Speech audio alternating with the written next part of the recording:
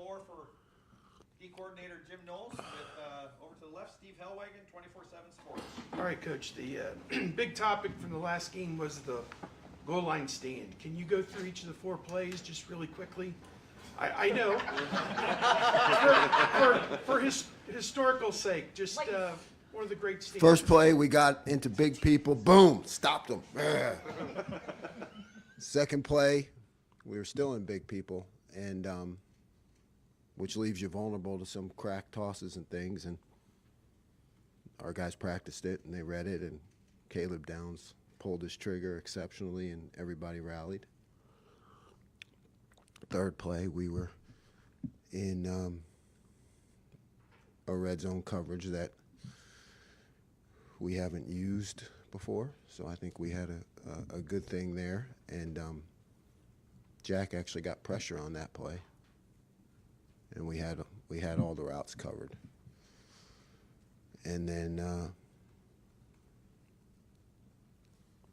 I decided to stay in the same call in the next play, and it worked. And Back on the first play, the play JT made, just Wow, dang, you know, that's what yeah.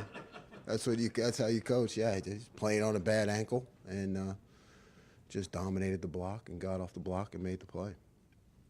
Noah Weisskopf, the Lantern. We've talked a lot this season with the offense, especially about pacing itself. How has that affected the defense throughout the course of the year? Oh, it's huge. It's huge. You know, I've been in situations where, you know, your offense is hurry up and trying to get as many plays as possible, and that can take its toll over the course of a season on a defense. And, you know, Coach Day with a lot of forethought, you know, about a long season. Really a great strategy, and it's helped us a bunch. Defenses overall. You come in here, hoodie, drinking coffee, just looking old school football. I mean, do you embrace a game like this? I mean, a potential 14-10 championship game, or what do you think about 2 hard defenses facing off? Yeah, I think it's important to recognize that, and that's how I led with our guys. Is, you know, we have to outplay their defense. You know, they're obviously very good in all aspects and in that area. So,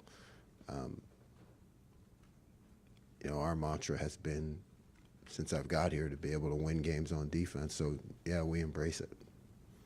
Adam King, WBNS. You've talked so often about how when the offense gets going, it allows you to call more aggressively. How helpful is it for you and maybe a goal for you guys to allow the offense to be aggressive, to go out there and set the tone on defense so that they can do what they want? Yeah, that's always a goal. I mean, it's always been a goal since I got here that everyone can look at the defense and know no matter what the situation is in the game that we're going to be okay. You know, fans, you men and women, everyone, we want everyone to have that confidence in the defense. And I know that when an offense has that confidence in the defense, they can be more aggressive. Whitney Harding, WCMH. Jim, one thing that Texas did very well, and that's because Stark's just really great at it, is the screen game. Is that something that you expect could be used against you again? And what is it about that they were able to exploit or do so well? Yeah, I do, and they're really good at it. You know, screens are hard. That's why people run them. You know, you saw our offense run a pretty good one. They're difficult. They're hard on defenses. You know, we do our best to get better at them and recognize them, but that's all you can do. You know, recognition is key. Pat Murphy, 24/7 Sports. Jim, kind of the second half of this year, but especially in the postseason, this D-line has really statistically made an impact. I know coming out of the Oregon game, you guys talked about that. What has maybe unlocked some of the potential that we knew was there, but now we're seeing the statistical production go along with some of the other stuff? I think we've, you know, disguised our coverages better and able to put them in better situations to execute the pass rush. But they've been great. You know, in my mind, they've been great, and they're always doing their job. Sometimes the numbers don't show that, but it's nice as a coach to be able to see them, get their due. Stephen Means, Cleveland.com. Your first play as Ohio State's defensive coordinator was sending Denzel Burke on a blitz against this very team. And it felt like over the last 3 years, it's been you trying to find that balance ever since of when to be aggressive, when to maybe scale back. And there's been wins and losses where that's always been questioned. As you get back on this field with this team, it's kind of a full circle moment. Do you feel like you as a play caller have found that balance, but also the personnel that you're putting out there has allowed you to maybe maximize whatever you're calling on a play-by-play basis? Yeah, it's a constant. It's just constant. I don't think I ever feel good about it. That's why I keep working. I won't take any days off. It's just you're always fighting for that balance. And yeah, I don't remember all the plays, but I remember we hit the quarterback right in his face and then missed a tackle, right? And it went a long ways. Then we held him to a field goal. Yeah, but it's just constant work. Spencer Holbrook, Letterman Row. Jim, it looked like just watching from our view that Jordan Hancock just played really, really well. Where have you seen him take the biggest jump? And do you think that the way that you and use Caleb has kind of allowed Jordan to unlock a new level here? Yeah, I'm glad you noticed that. Jordan Hancock had a great game last game. I don't know how much it shows up, but I'm glad you noticed it because he was really exceptional. And, yeah, I do believe it's played more into his skills to be able to do some different things with him. He's really embraced it, and you just see him getting better every week. Cameron Teague Robinson, The Athletic. Jim, you mentioned Caleb's trigger on that goal line play. I'm curious two things. How special is that to see from Caleb? Because I don't think there's probably many safeties that can make that play with that good of a trigger. And then two, how that transitions into kind of the work he puts in before the game to know when they all go down to that, he knows his reading. Yeah, he's just that's just who he is. You're right, he is exceptional. He makes those plays all the time. They show up, and it's because he's very talented, but he also studies and he recognizes the play before it happens. When you can be a player of his talent who also has the kind of work ethic that he has in preparation, you see things and you're able to react even faster. So very skilled, but also a student of the game too. Tom Taberry, WBMS. So do you guys pay attention? I mean, you're ranked number 1, they're ranked number 2. Do you pay attention to that going in? Every game takes its own form and shape, and the statistics, they don't get you any sacks or TFLs or anything, going into the game. You got to earn it. So it's just a matter of, executing the game plan and finding it. Dan Hope, Lebanon Warriors. Defensive line has had, I believe, 11 pass breakups in this CFP. How much of a point of emphasis has that been, and what do you think has allowed those guys to do so well in that specific area? Yeah, it's huge emphasis. Tips and overthrows, got to have those. Our guys know that. We repeat it. It's been a mantra since I've been here. And I think you're just seeing a lot of that hard work and habits of, matching the hand and things that we've worked on consistently. Bill Landis, Kings of the North. Jim, have you adapted at all how you guys want to defend, or I guess match personnel with 12 personnel? It just seems like you're not going to that 4-3 as often when teams put a second tight end. Really depends on the game plan. So it's week to week. And you mentioned before sometimes you face 12 personnel that doesn't play like 12 personnel. I feel like that might apply to some of the opponents you guys have played thus far, but maybe it doesn't apply to Notre Dame. What's the difference in the challenge there? Yeah, if they're going to line up big and, just try to run the ball in standard sets, that's when you got to get you got to get the nickel off the field. So, it's just a matter of seeing what they do and preparation and matching that. But you to Caleb, he had another tackle in that Texas game. It seemed like he saved the touchdown. He's had a million of those this season. It feels like, what? Why is he so good at the shoestring tackles where it seems like he just That's a good question. You know, I don't know if I have an answer to that. You know, it's great players make great plays. You know, you just can count on him in those critical situations, and he's shown it time and time again. We'll go one more and then we'll hop back on the Zoom. Joe Nugent, WCMH. I got two quick ones, if that's all right. Is that all right? Yeah. Okay. I don't know if I have this right. I heard that you almost kind of predicted the Sawyer strip.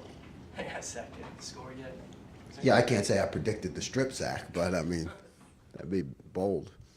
But I just know how our guys think and how we've trained them, and that, you know, if you said to them, give us an inch, they would say, we'll defend it, you know, so they just have that attitude. So, you know,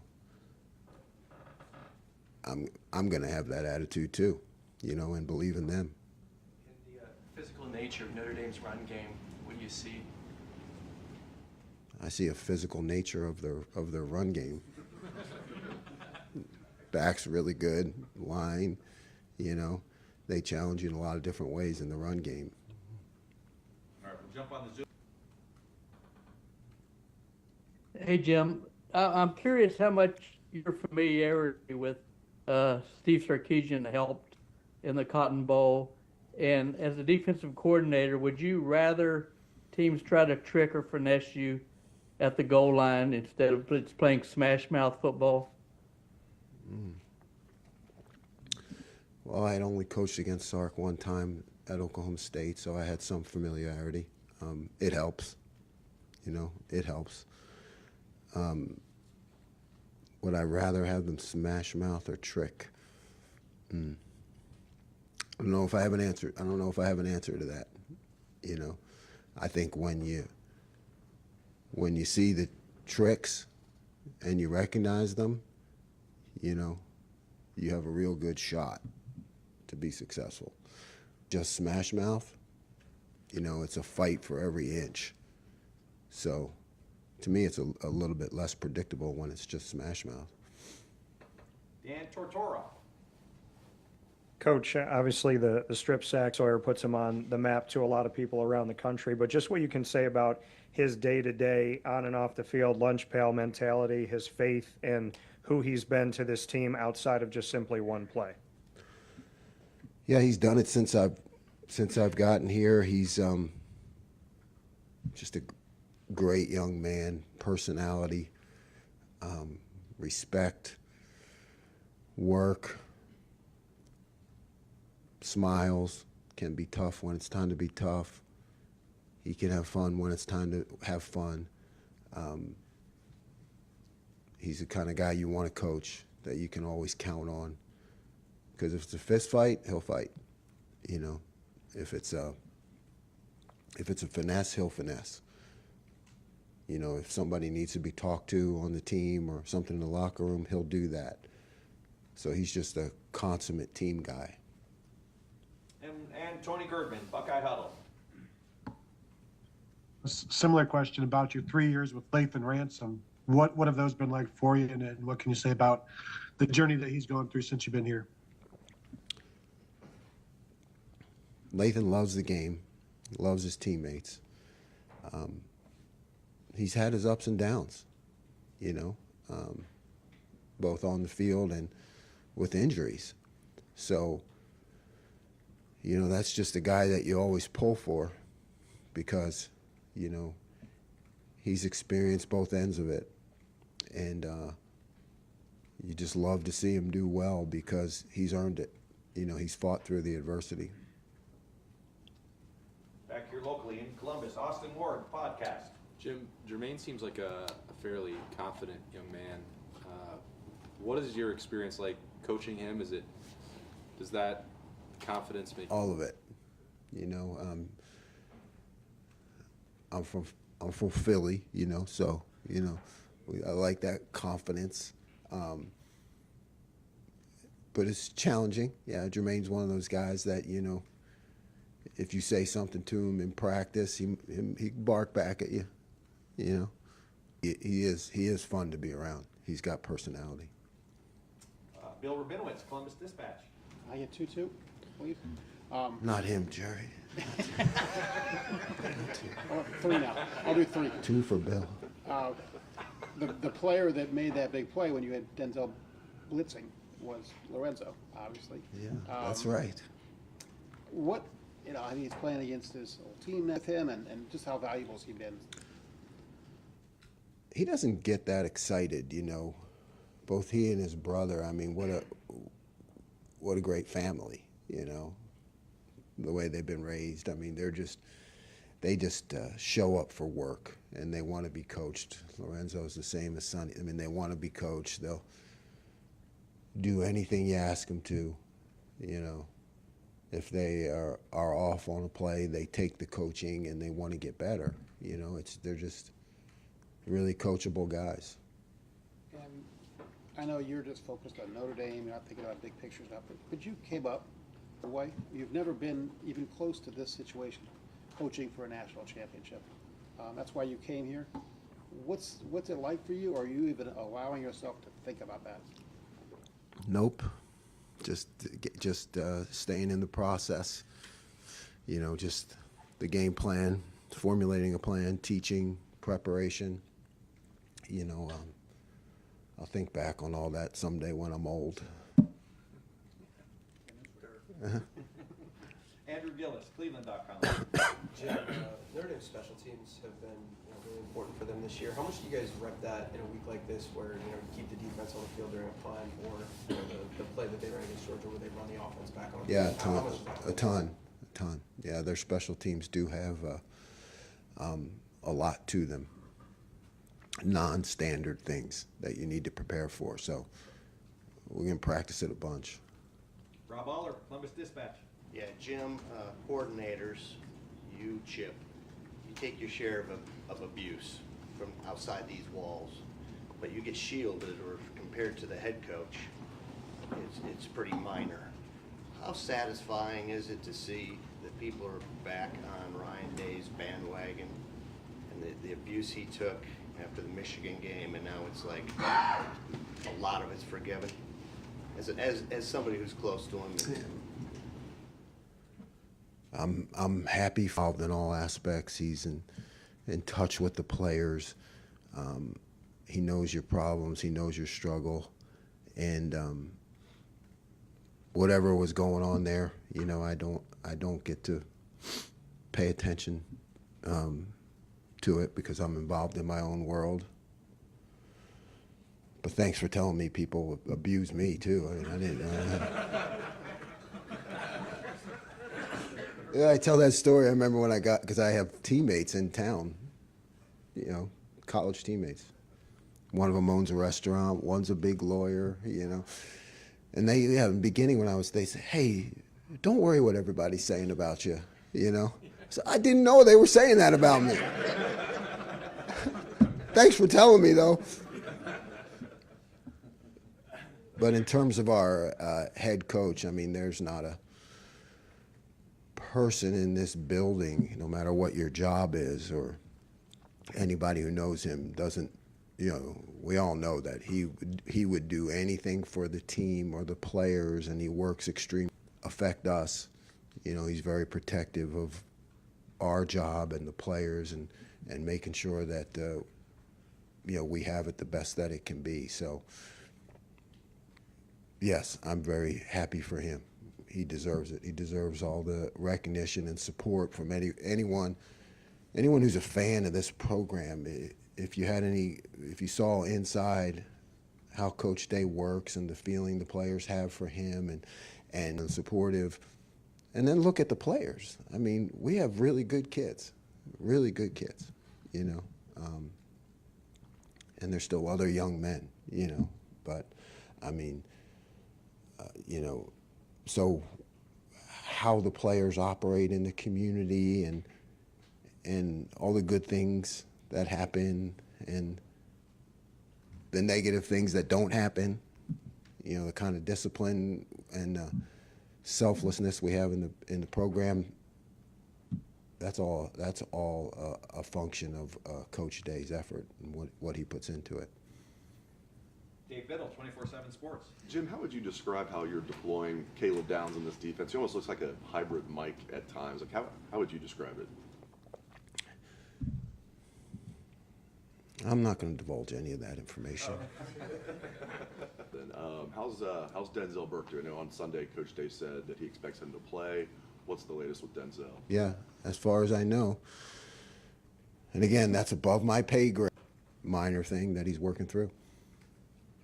Joey Kaufman, Columbus Dispatch. Jim, how has it benefited your defense is much older this year? Everybody, with the exception of Caleb, is a junior or senior. What has been the benefit of having that much experience to get to this point? Yeah, I don't think you can really quantify it. It's amazing. It would be hard to put it into actual words, you know. Everywhere I've ever been, when you get in the system and you learn it and you can see what's happening or before it happens or why I'm calling things, it just pays off in dividends. So it's a veteran group I trust completely. Does it pay off, like, in terms of what sort of their recognition? Is it like week to week? Is it in game? Like, where It's do both. It's both. It's week to week. It's learning the game plan, why we're doing things. But then those they're always unscripted plays, right? That's what people need about the game. I mean, there are things you practice all week and they never happen, and then there are things that you didn't know were going to happen and they happen. So how they react to that and how they handle that is huge and much better with a veteran group. Steve Hellwagen, 24/7 Sports. Quickie, then, okay. Very quick. How much does that cost? I don't know. I haven't got it, whatever it is. The Sawyer play, the right tackle doesn't appear to even, do much to stop him. Is that a case where you guys have worn them down over a 4-quarter game and in the battle of attrition kind of? I mean, he just doesn't even make a play there to try and stop him. I mean, is that what you guys talk about, being a 4-quarter team? Yeah, I mean, I don't know. I don't. Yeah, I don't consider what they did. I consider Jack making a play. I never think about it from that. I don't think about it from that standpoint. But there is 4 quarters, and what Coach Mick does in the weight room, and everything that these guys prepare for. We knew that was going to be a slugfest, and we expect that this week, that it's going to come down. First 2 games we got ahead, but let me tell you something. Texas is really good. They're really good, really good. We will wrap things up with Tim May, Letterman Row. Yeah, I don't mean to be smart aleck here, but Why are you always last? He's always last. Is that it? No, I always get here late. Did you write on the bulletin board or the chalkboard, y'all's first meeting back, wheel route? I mean, did that bother you to give up 2 wheel routes for 2 touchdowns? wheel routes, yeah. Yeah, thanks. Because they had Thanks. 2 touchdowns. Thanks. Go ahead though. I mean, what's the lesson learned there? I guess. Coach better. Yeah. That's the lesson learned. Need to coach the wheel route better. It's not the kid's fault. It's my fault. Yeah, but thanks for reminding me. Yeah, but I knew it was top of your agenda. Yeah. Because, but I wanted to ask you with Notre Dame, what do they present specifically that's a little bit different? Obviously, Riley Leonard will run or throw, and he's been effective with it everywhere he's played and this year and stuff. And then the great running back they've got and stuff. Just what just jumps out at you? Yeah, great running back, great quarterback who is an incredible competitor. Yeah. Like, I know him from Duke. I mean, he came in after me, but the way everybody talked about him there, I mean, he's a guy that he'll scrape himself off the ground and keep playing. I mean, he's just going to keep coming at you, and he's tough and he's fast. So you got the running back, but then you have that whole quarterback run game, which is different, and the scramble game, where he makes a lot of plays. Thank you, man. Coach, thank you very much. Thanks.